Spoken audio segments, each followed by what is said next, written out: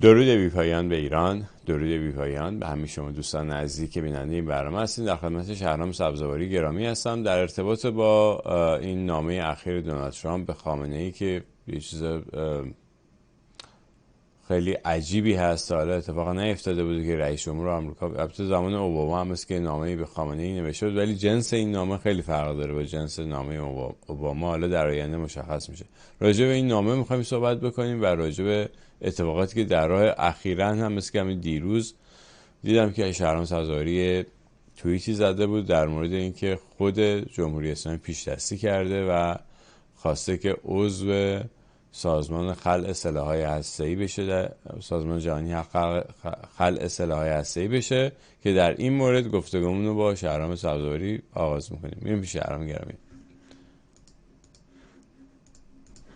شهرام جان درود بر شما.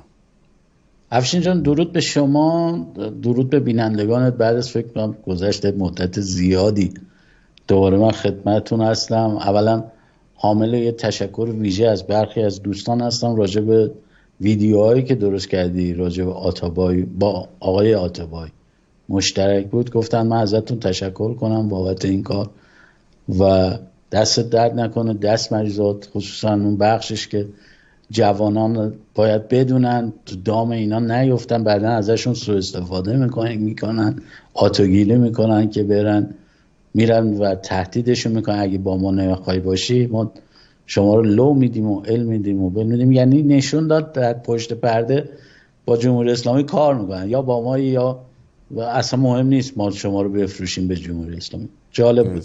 سپاسگزارم. لازم اصلا بعداً برنامه جداگانه بذاریم راجع به این که اصلا چجوری اینا پول میرسونن داخل اینا. خیلی به نظر من خیلی علامت سوال‌های زیادی هست روش که چجوری در حقیقت اون مبارزات مردم ایران رو این سازمان مجاهدین منحرف کرده. در طول تاریخ این کار کرده، در طول تاریخ 45 ساله جمهوری اسلامی کار کرده. حالا بگذاریم مثلا بحث برنامه امروز راجع به همین نامه دونالد ترامپ هست. به من گفته بودن ازت تشکر کنم، تشکر کنم. سپاسگزارم ازت و سپاسگزارم از اینکه تو برنامه حضور پیدا کردی و بهمون بگو. دیدم یه توییتی زده بودی راجع به این این که جمهوری اسلامی پیش دستی کرده. بله آقا الان دوباره ارزشی‌ها جوش میارن، میدونی که ما هر بار میایم تو برنامه این ارزشه جوش میارن و خیلی هم شاکی میشن، پیغام پسخام و فلان اینا. ولی خب ما راهمون رو ادامه میدیم. اتفاقاتی که داره میفته به نظر بنده خیلی مهمه و میشه گفت داریم اصلا یک چرخش قهرمانانه رو با سرعت کم میبینیم. من الان توییت شما رو نمایش دادم روی صفحه. بله آره یه زهری رو در این توییت من اصلا گفتم که مثلا اینا پیش دستی کردن. چرا اصلا رفتن سمت این کار؟ یه کنوانسیونی هست به اسم خلع سلاح‌های غیر متعارف. این سلاح‌های غیر متعارف شامل چه چیزایی میشه؟ زیر نظر سازمان ملل شامل سلاح‌هایی مثل موشک میشه، موشک‌های دوربرد، چون مشخص نیست به کجا میخوره، مشخص نیست مثلا به مناطق نظامی میخوره یا غیر نظامی میخوره. برای اینکه دنیا میخواد بره سمتی که مثلا سلاح‌های غیر متعارفی که میتونه غیر نظامیان رو هدف قرار بده حذفش کنه. سلاح لیزری که میتونه آسیب‌هایی بذاره که بعدها سالیان سال دراز مدت باشه حذفش کنه. پهپادهای بدون سرنشین یا شهپادهای بدون سرنشین، تمام ادوات بدون سرنشین که میتونه درصد خطا توشون باشه رو میخوان حذف کنن. این یه کنش جهانی هست به دنبال این که مثلا سلاح‌ها رو ضعیف‌تر بکنن برای اینکه شاید بشه از جنگ‌ها و خونریزی‌ها از خیلی مسائل دیگه جلوگیری کرد. حال یه دفعه جمهوری اسلامی اومده با یه دوفوریتی میخواد بره تو این طرح خودش رو مثلا عضو کنه به صورت داوطلبانه، اونم بعد از نامه ترامپ.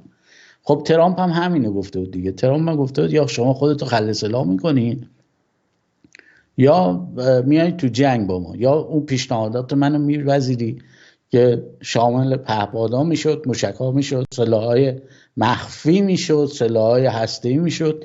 خب ترامپ هم همینو گفته بود. ولی خب اینا چرا حالا با ترامپ نیومدن بشینن پای میز مذاکره این حرفا رو بزنن؟ رفتن تو سازمان ملل. یکی که اون گفته خودشونو که ما تن به خواسته ترامپ نخواهیم داد و بیان به کرسی بشونن. دوم هم این که سازمان ملل تو نرمش توی پریود زمانی میاد اینا رو خل اصلاح میکنه، همین فردا شروع نمیکنه خل اصلاح و معدوم سازی ها رو. ببخشید. اینها میخوان از این فرصت استفاده کنن برای اینکه بتونن اون وقت زمانی رو داشته باشن و یه جورایی هم بعضی جاها از زیرش درن، مثلا بگن حالا یه تبصره میذاریم، پهپادها رو نگر میداریم، تبصره میذاریم، موشک‌ها رو فلان میکنیم. تمام چیزهایی که تا امروز، تمام سلاحایی که تا امروز جمهوری اسلامی روشون مانور میداد و بازی در می آورد و دنیا رو تهدید میکرد، شامل این کنوانسیون میشه. و اینجوری سراسیمه جمهوری اسلامی با طرح دوفوریتی میخواد تصویب کنه، واردش بشه، نشان از ترس و فروپاشی درونه تا برسیم به رزمایش‌ها و رزمایش 3 قطبی و 4 قطبی به جلو. اگه حرفی هست به نظر من به هر حال قبلا همیشه این سازمان انرژی هسته‌ای هم که می‌بینیم در وین هست و یه جورایی میز مذاکره در اروپا بود، در وین بود و الان که مارکو روبیو هم رفته به جده عربستان، میز مذاکره رو از اروپا آوردن توی جده و گفتن خب اگه می‌خوایم این مذاکره کنیم اینجا مذاکره کنیم، بغل گوش ایران. و اینا سعی کردن، به نظر من یه تلاش مذبوحانه‌ای بود برای اینکه بخوان میز مذاکره رو برگردونن دو مرتبه به اروپا و دقیقاً یه جورایی اروپا بخوان آمریکا رو، یعنی دونالد ترامپ رو بخوان دور بزنن و بگن که مثلا از همین تبصره ها استفاده بکنن، دو مرتبه بره توی مسخره‌بازی و دست انداز. من با شناختی که از دولت دونالد ترامپ دارم بعید میدونم که مثلا ضد هم بر از، یعنی هیچ کاری نکنن، سیاسیه وایس هم بزنن اینا مثلا. دقیقاً. ولی بحث جد و چیز نیست، ولی دقیقاً اینا دنبال یه فرصتی هست که هم به خواسته های ترامپ از نظر جامعه جهانی عمل کرده باشن. یعنی الان هر کی بیاد بهشون حمله کنه آقا شما چرا خل اصلاح نمیشین فلان نمیشین، میگن ما عضو اون کنوانسیون شدیم چون اون وجه جهانی و قانونی داره. از طرف دیگه بعد میان مثلا میگن که ما با ترامپ هم نمیخوایم مذاکره کنیم. در عمل یکیه، کاری که انجام میشه یکیه، ولی اون یه ذره نرمتر انجام میشه. ترامپ ضرب العجلی و شکننده تر بده. اینها تماما خرید فرصته. ببین وقتی شما دستت خالیه این بازی ها رو در میاره دیگه. جمهوری اسلامی الان به جایی رسیده که داریم میبینیم الحاق های پشت سرم. اگه دیده باشی من مقالات مختلفی راجع به اینا توی اکانت ایکس هم نوشتم، به خاطر یه سری مسائل تصویری نبودم، یه مدتی جلوی دوربین نبودم بیام دونه دونه شرح بدم. از نداشتن تجهیزات انفرادی مناسب گرفته، نداشتن تجهیزات مناسب دید در شب سرباز گرفته، از اندازه نبودن جلقه های ضد گلوله یا حمل سلاح یا حمل تجهیزات گرفته تا کلاه کامپوزیتی که از افغانستان آورده بودن، یکی سرش گشاد بود، یکی برعکس گذاشته بود سرش، حتی در پوش دوربین تک‌تیراندازشون برعکس بسته شده بود. اصلا اتفاقات مسخره‌ای که توی این رزمایش‌ها افتاد، بعد که کاشف به عمل اومد مشخص شد، یعنی تحقیقاتی که کردیم معلوم شد که برخی سلاح‌ها رو از طالبان خریدن، مثلا امرب خریدن از طالبان، نمیدونم سلاح حمله نفر خریدن، سلاح‌های مختلفی خریدن. متاسفانه یا خوشبختانه میتونم بگم این سلاح‌ها لوجستیک نداره. ببین شما وقتی میری یه سری سلاح تهیه میکنی، لوجستیک قطعاتش و اون وسایلی که مورد نیازشه، حتی فشنگ مخصوصش رو باید تهیه کنی. وقتی شما نمیتونی اینا رو تهیه کنی مدت زمان زیادی میبره تا بسازی روش. یکی از دلایلی که اینا نیومدن تو رزمایش‌ها حتی از سلاح‌ها به عنوان شلیک کننده اصلی استفاده بکنن همین بود که نتونسته بودن برای رزمایششون فشنگ بسازن، چه برسه به بقیه چیزا. یا همون موشک دهلاویه‌ای که شلیک کردن، قشنگ اپراتور مشخص بود که ناشیانه داره شلیک میکنه. ببینید وقتی یه اپراتوری میره توی یه آزمایشی که دنیا داره میبینه و دوربینا روش زومه، قطعا باید تعداد زیادی شلیک کرده باشه و اون حالت ناشیانه ازش گرفته باشه و به صورت حرفه‌ای شلیک کنه. اپراتوری که این کار کرد واقعا ناشی بود و معلوم بود شاید سشلی که اولیه‌اش بود که داشت انجام میداد. اینها همه نشون میده که چنته خالیه، ظاهر حفظ شده، ویترین حفظ شده. مثل این فروشگاه الان یه سری فیلم اومده راجع به کره شمالی، فروشگاه فیک کره شمالی، توریستا رفتن فیلم گرفتن، معدود توریستا هستن. ظاهر ارتش حفظ شده، ظاهر نیروهای مسلح حفظ شده، ولی از درون خالیه. یا مانور مشترکی هم که با چین و روسیه گذاشتن توی دریاها، دیدن براشون کارساز نیست و اون خواستشون نمیدن. از طرف دیگه میتونیم بگیم سفر لاتروف یه جوری تعیین کننده بوده. الان جمهوری اسلامی اینجوری پریده تو بغل سازمان ملل، یعنی روی دفاع کردن روسیه در برابر آمریکا نمیتونه حساب کنه، پناه برده به سازمان ملل. این اتفاقا همه قابل تصور هست و واقعا چندشون خالیه دیگه. اون موشک بازی و ما میزنیم و شما میخورید و ال و بل و اینا خودشون میدونن چند مرد حلاجن. اون از اون وعده صادق سه شون تا به تجهیزات انفرادی، اگه تصویر من کامل باشه من میتونم یه سری چیزا رو نشون بدم راجع به بخشنامه‌های داخلیشون.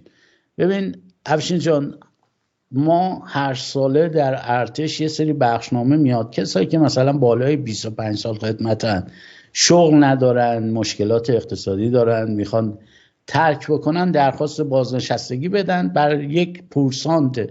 این پورسانتی که میگم مالی نیست، یک پورسانت نفری، مثلا هر یگان 10 نفر 20 نفر 30 نفر سهمیه داره برای اینکه بتونه اینا رو بازنشست کنه و از خدمت رها کنه، برن دنبال زندگیشون. حالا یا بازنشستگیه یا بازخریدیه، هر جوری که امکانش هست و سنواتشون اجازه. تو بخشنامه اول اومده که آقا اینا رو بر اساس سنوات، اونایی که 25 سال به بالا هستن آماده کنید، لیست کنید، بفرستید نیروی انسانی نظاجا برای اینکه خارج بشن. نیرو زمینی بزرگترین یگان ارتشی میتونیم بگیم، چون یه چیز حدود 360,000 نفر پرسنل. خب اینجا این بخشنامه اومده، در مقابل این بخشنامه یه بخشنامه دیگه اومده افشین جان پشت سرش که آقا اصلا سنوات اینا رو نادیده بگیرید، هر کی دلش میخواد بره لیست کنید و بفرستید به ستاد نیرو. خب وقتی یه همچین بخشنامه میاد یعنی اینا از پرداخت حقوق عاجزن، شدیداً کسری بودجه دارن و میخوان نیروها رو خالی کنن. یا یه حالت دیگه من میتونم براش متصور باشم که زیاد اطمینان نمیتونم بهش داشته باشم، اینه که سپاه به زودی تو لیست تروریستی جهانی قرار میگیره و اینا میدونن.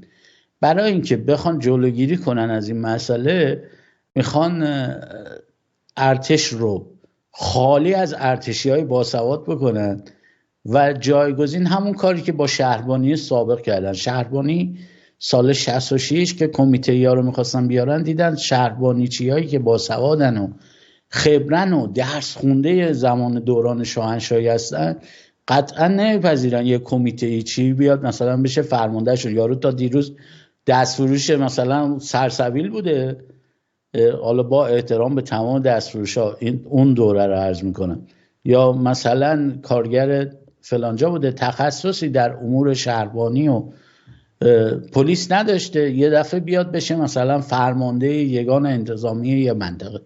به خاطر همین شهربانی چیا رو با یه همچین ترفندی سال 66-67 از شهربانی بیرون کردن، بعد جایگزینشون کمیته چیا رو گذاشتن، ادغام کردن، کمیته ژاندارمری شهربانی رو در هم ادغام کردن، شد نیروی انتظامی.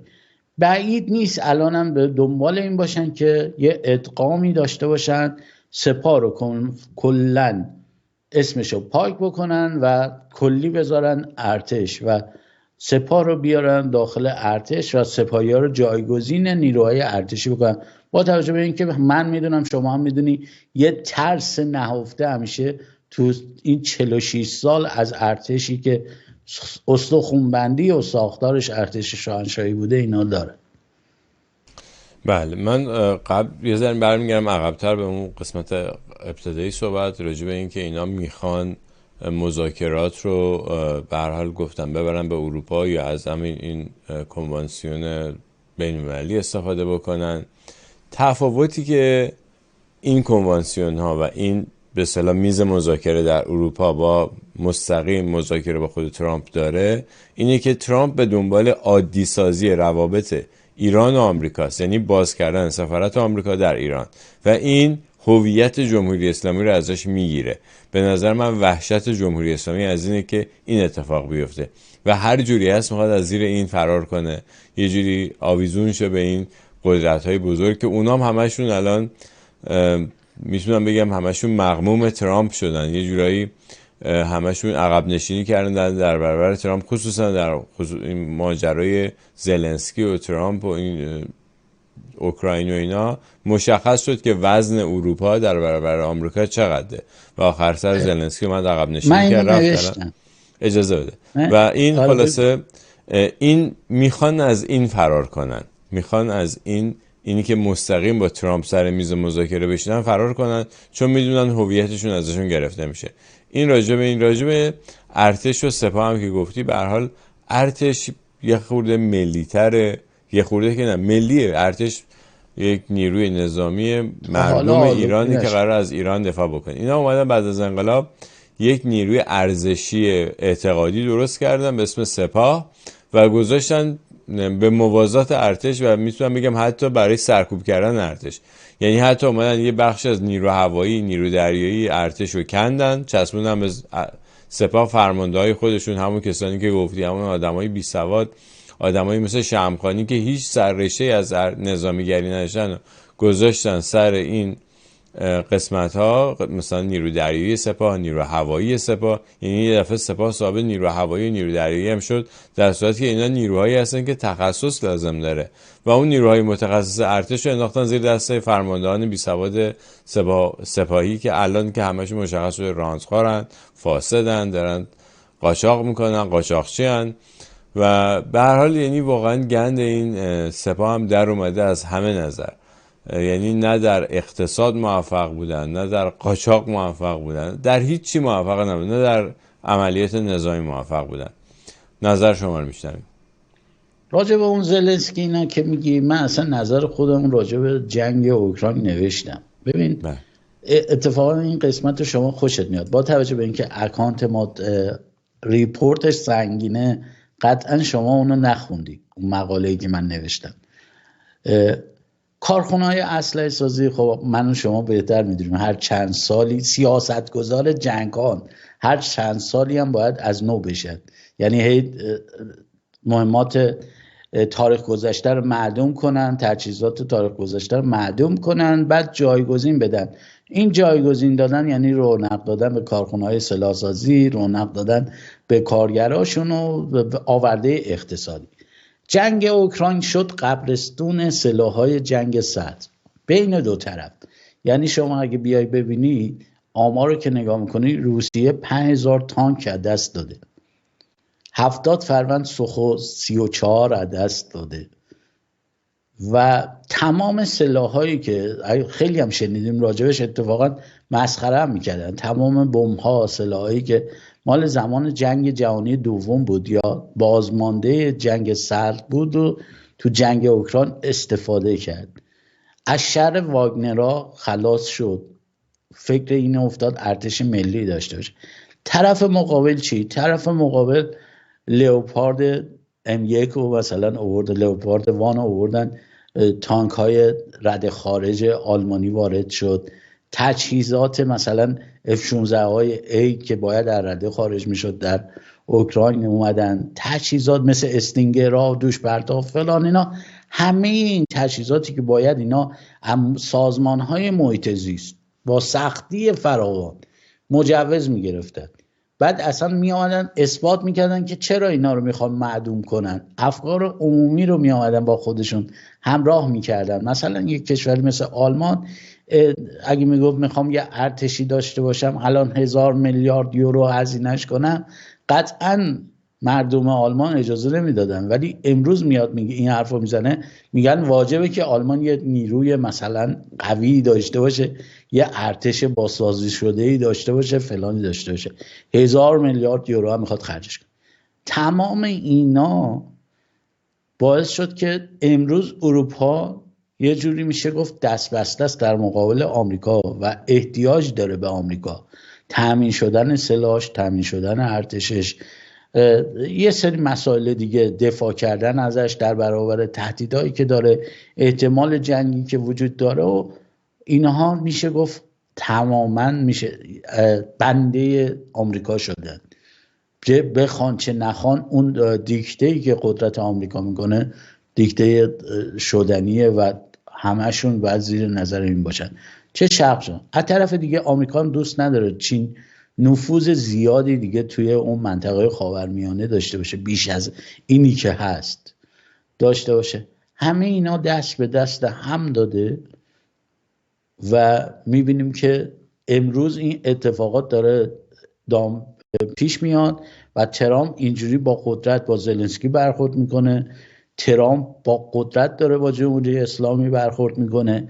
از طرف دیگه مثلا اون ملک فهد ولیعهد عربستان میاد میگه ارتش ایران، منظورش کل نیروهای مسلح ایرانه، اندازه ارتش 5 کشورهای اسرائیلی مسلمان هم نیست. یعنی اینقدر تحقیرآمیز صحبت میکنه و میخواد نقش محوری که در گذشته شاهنشاه آریامهر داشته، اون موقع مثلا بین عمان رو دفاع میکرده، اردن رو دفاع میکرده، سیاست گذاری در مصر داشته رو، حالا ملک فهد میخواد این نقش رو اجرا کنه. عملا میشه گفت ایران بن سلمان رو میگه، بن سلمان هم بن سلمانش پسر ملک فهد، ببخشید بن سلمان از ذهنم پرید، میخواد نقش محوری رو بازی کنه. ایران کلا کریدور جهانی حذف کردن، یه جوری میشه گفت معادلات جهانی دارن میذارنش کنار جمهوری اسلامی رو و هر بلایی هم دلشون بخواد سرشون میارن. یه راه داره، تقابل با جنگ. اگه میخوایم جنگ نشه، اگه میخوایم کشورمون همین شکلی که هست باقی بمونه، اگه میخوایم کشورمون نجات پیدا کنه، اونه که به مردم قیام کنن و ملت ایران یک پارچه بخوان که جمهوری اسلامی بره و یه حکومت ملیگرا بیاد سر کار که بتونه بازسازی کنه کشور رو، بتونه به جایی که باید برسه، تحریما برداشته بشه. این 20 میلیون بشکه‌ای که الان روی دریاها ولو و تکلیفش مشخص نیست، تکلیفش مشخص بشه. الان حتی صادرات برقی که به عراق داشته و به ترکمنستان داشته، ترامپ مجوزش رو تمدید نکرده. صادرات نفتش رو باز ترامپ مجوزش تمدید نکرده، گازش هم همینطور تمدید نکرده. عملا میشه گفت دیگه رسیده به اون نقطه آخر. اگه مردم تو این چند ماه آینده دست به قیام زدن، یه حرکت درست حسابی انجام دادن برای نجات ایران، قطعا ایران نجات پیدا میکنه و از جنگ جلوگیری میشه. وگرنه باید منتظر این باشیم که یا مثل کره شمالی بیفتیم به چرم جویدن و بدبختی، مثل ونزوئلا، مثل کره شمالی، مثل کوبا، به نابودی کامل، یا این که این ونزوئلا و کوبا و اینا رو مثال زدن برای اینکه یه عده نگن ما نفت داریم فلان داریم. هیچ که اندازه ونزوئلا، هیچ کشوری اندازه ونزوئلا نفت نداره، ولی وضعیت اقتصادیش مشخصه به خاطر همین اتفاقاتی که افتاده. شما اینا رو در نظر بگیرید تا ما بیفتیم دوباره تو اون چرخه اقتصادی و بتونیم کشورمون رو نجات بدیم. وگرنه یا باید منتظر جنگ باشیم یا فلاکتی مثل ونزوئلا، مثل کوبا، مثل کره شمالی داشته باشیم. بله، اشاره کردی به این که اگه میخواین کشور ایران به همین شکل بمونه. من فقط خواستم بگم که اشاره شما به شکل جغرافیایی ایرانه، نه به اون چیزی که داخل ایران هست. بله، حکومتی که نه. من میگم قیام کنم به خاطر اینکه حکومت رو بندازن و تمامیت ارضی ایران حفظ بشه. آره، و اینجا همت شکل جغرافیایی دقیقاً همت نیروهای نظامی به نظر من خیلی تعیین کننده است، مخصوصا نیروهای امنیتی اینجا میتونن نقش تعیین کننده ای داشته باشن، واقعا به خودشون بیان. اگه برنامه باشه، سازماندهی درست باشه، پشتوانه درست باشه، تضمین درستی برای فردا باشه. بله، اگه الان ما میبینیم متاسفانه یه سری سایبریا هستن باز دوباره من یه مطلبی هم نوشته بودم، همین ابوالکلکو رو اگه در نظر بگیریم هر جای دیگه جهان بود یه اتفاقی مثل ابوالکلکو میافتاد و این رشادت رو میدیدن، کل نیروها متحد میشدن، بر علیه دیکتاتوری اقدام میکردن و خیلی اتفاقات خاص میافتاد. ولی متاسفانه سایبری های جمهوری اسلامی فعالن، شروع میکنن تهمت زدن به این به اون و خیلی کارهای دیگر رو انجام میدن، از احساسات مردم استفاده میکنن. یه سری هم که من همیشه میگم آدمای بی‌وطنی هستن که حتی هویت خودشون هم کتمان میکنن، هویت ایرانی بودنشون هم کتمان میکنن. اینا که کلا اصلا معلومه چه اوضاعی دارن و میافتن تو این بازیایی که ما نمیتونیم اون جمع‌بندی درست رو داشته باشیم برای براندازی. یعنی دشمن اصلی که جمهوری اسلامی است و در تمام این بلاها رو سر کشورمون میاره فراموش میشه. اما مسئله اینه که این ارتش سایبری هم بالاخره یه سری آدمن که یه سریشون دارن توی ایران زندگی میکنن یا تو ایران بودن الان اومدن خارج. به هر حال این وضعیتی که جمهوری اسلامی سر کار بمونه ممکنه یه مش دلار بهشون برسونه، ولی در آینده دراز مدت به ضررشون خواهد بود. یعنی واقعا من نمیفهمم که اینا دارن از چیه جمهوری اسلامی دفاع میکنن، از اقتصادش، از شکوهش، از آرامشش، از رفاه، از چیه جمهوری اسلامی؟ چی براشون آورده جمهوری اسلامی که دارن ازش دفاع میکنن؟ یعنی یه مش آخوند دزد دروغگو بالا نشستن دارن کشور ما رو نابود میکنن و این آخوندها به وسیله همین دولت درسایی، به وسیله گلوبالیستای بزرگ، به وسیله مافیایی بزرگ جهانی دارن کنترل میشن دیگه. اینا یه زمانی میگفتن اینا توهم تئوری توته است، اینا دیگه یواش یواش اسنادش هی داره یکی یکی میاد بیرون مشخص میشه. جان الان اسنادش همه دیدن دیگه که اومده بیرون. و اینی هم که شما میگی بالاخره اینا آدمن، بله آدمن، ربات که نیستن که درسته. حالا اونی که ارزشی خب اونا مغز نیست تو کلشون اصلا کلا. من حتی 2% اون بازده هوشی برای اینا نمیتونم قائل باشم، چون واقعا یه آدمای دکمه نفهمیان که الانم معلوم شد یه سری هاشون که تحصیل کردن جلو مجلس پول گرفتن رفتن تحصیل کردن اونجا، مجانی نرفتن برای عفاف و حجاب. اینا اینن دیگه، خودشون هم دارن لو میدن. جالبش اینه. ولی افشین جان بحثی که هستش اینها کلن اینایی هم که دارن پول میگیرن، من نمیدونم حالا با قول شما چند سوایی دلار بهشون میرسه فلان میرسه، قبول، ولی وضع مردم رو تو کل جامعه ایران نمیبینن، وضع اقتصاد رو نمیبینن، وضع تاراج رفتن خاک رو نمیبینن، وضع نمیدونم اینجوری انسجامی که داره به تهش میرسه رو نمیبینن. انسجام که نه، این از خودگسستگی که داره اتفاق میفته و مردم دارن نابود میشن رو نمیبینن.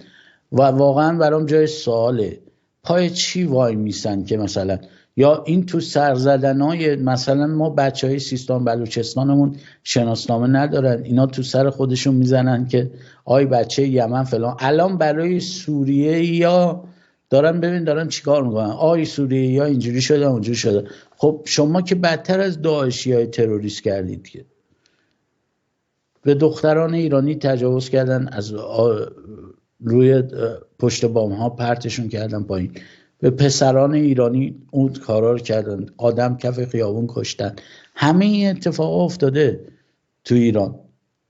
داعش که نکرد، سران جمهوری اسلامی کردن. اگرم خارجی اومد در قالب شما این کارا رو کرد، خب حکومت واردشون کرده، از آسمون که نیفتادن که. من نمیدونم سنگ چی این حکومت رو به سینه میزنن. آوردهی داشته، پیروزی داشته، دستاوردی داشته، تا حالا که رکود داشته. اینا هم که شعافه. هرچی میریم جلوتر درش باز میکنیم مثل این تخم شانسی ها میبینیم پوچه پوچه پوچه. باور کن 90% دستاوردهایی که دارن صحبتش میکنن پوچه. فقط باید این عزیزانی که در اپوزیسیون هستن، عزیزانی که مخالف جمهوری اسلامی هستن، روی تخصصی که دارن بیان بشینن باز بکنن برای مردم، بگن آقا این قسمتی که جمهوری اسلامی لافشو میزنه پوچه، اون قسمتی که جمهوری اسلامی فلان چیزو میگه پوچه. اینها رو باید بیان برای مردم بگن و مردم اونایی که سرشون گرفتاریشون زندگی شخصیشون تو اون اوقات فراغتشون بتونن اینا رو درک کنن و بفهمن و ببینن چه بلایی داره سر مملکت میاد و جلوگیری کنن از بلایی که داره سرمون میاد.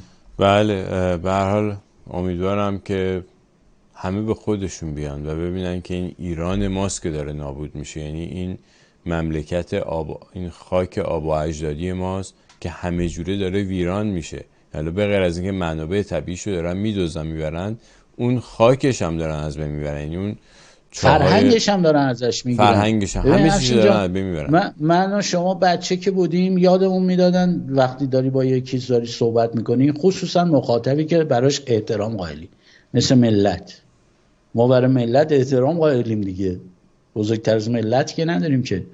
وقتی داری صحبت میکنی با تکریم صحبت کن، با احترام صحبت کن، موقع غذا خوردن و نمیدونم فلان نکن. متاسفانه الان میبینیم طرف اومده اکت خودشو گذاشته، مثلا من خیلی سیاسی ام و از اینای خود همه چیز دان پنداران هستن و اومده یه دونه مرغ سخاری هم گرفته دستش. تو که بیشوری اون به کنار. این اصلا تربیت خانوادگی که نداشتی بهت بگه این کاری که داری میکنی درست نیست به کنار. وضع اقتصادی ملت ایرانو که درک میکنی، اون بچه‌ای که امکان داره کلیپ تو رو ببینه که تو اینجا دارید اون کار رو میکنی که چی رو میخوای ثابت کنی؟ که مثلا 5 پوند تو جیبت میتونی یه مرغ سخاری بخوری؟ بله، حالا معلوم نیست چقدر اونا بیننده دارن، ولی کلا حتی اونایی هم که پربیننده هستن، من که ایراد این شکلی دارم نمیتونم. به هر حال حتی اون کسانی هم که پربیننده هستن چیزی انگیزه بخش به مردم نمیگن. الان بهترین، الان جمهوری اسلامی از همه نظر در حال شکست خوردن، ضعیف شده. یعنی الان وقت اینه که مردم رو تهییج کرد، مردم رو بهشون انگیزه داد که بیان و کار این حکومت یکسره بکنن. نیروهای نظامی و همین نیروهای امنیتی بهترین کسانی هستن که میتونن این کار رو جلو ببرن، یعنی بتونن آینده خودشون و فرزندانشون رو اینجوری تضمین بکنن. ما بیایم بیرون از ایران میشیم یه آدم بی کشور، بی وطن.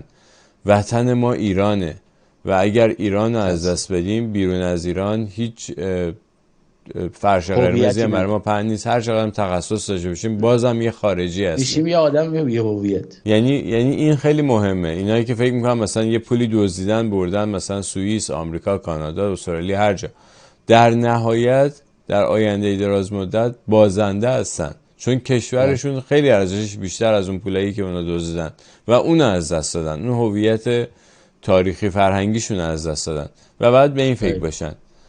به هر حال سپاسگزارم از شهرام جان. سخن پایانی داری گوش میکنیم. سخن پایانی که هیچ خدایی بزرگتر از ایران نیست، والاتر از ایران نیست. اگه ایران نجات پیدا کنه، همه ما همونجور که شما گفتی دارای هویتیم و نجات پیدا میکنیم.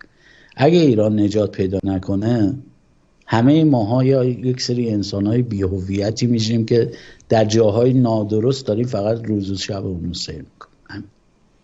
سپاسگزارم ازت. در تهیداری و بدرود.